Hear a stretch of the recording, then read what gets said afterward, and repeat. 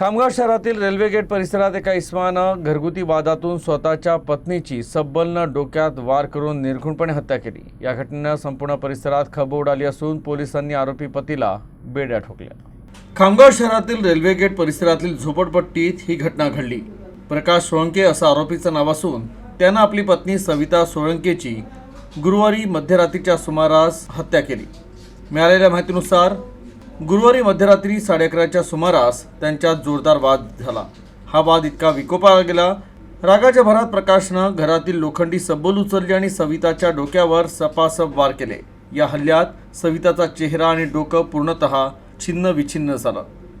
आरडाओरड ऐकून शेजारी तातडीनं आरोपीच्या घरी धावले, तेव्हा त्यांना सविता रक्ताच्या थारोळ्यात मृतावस्थेत पडलेली दिसली।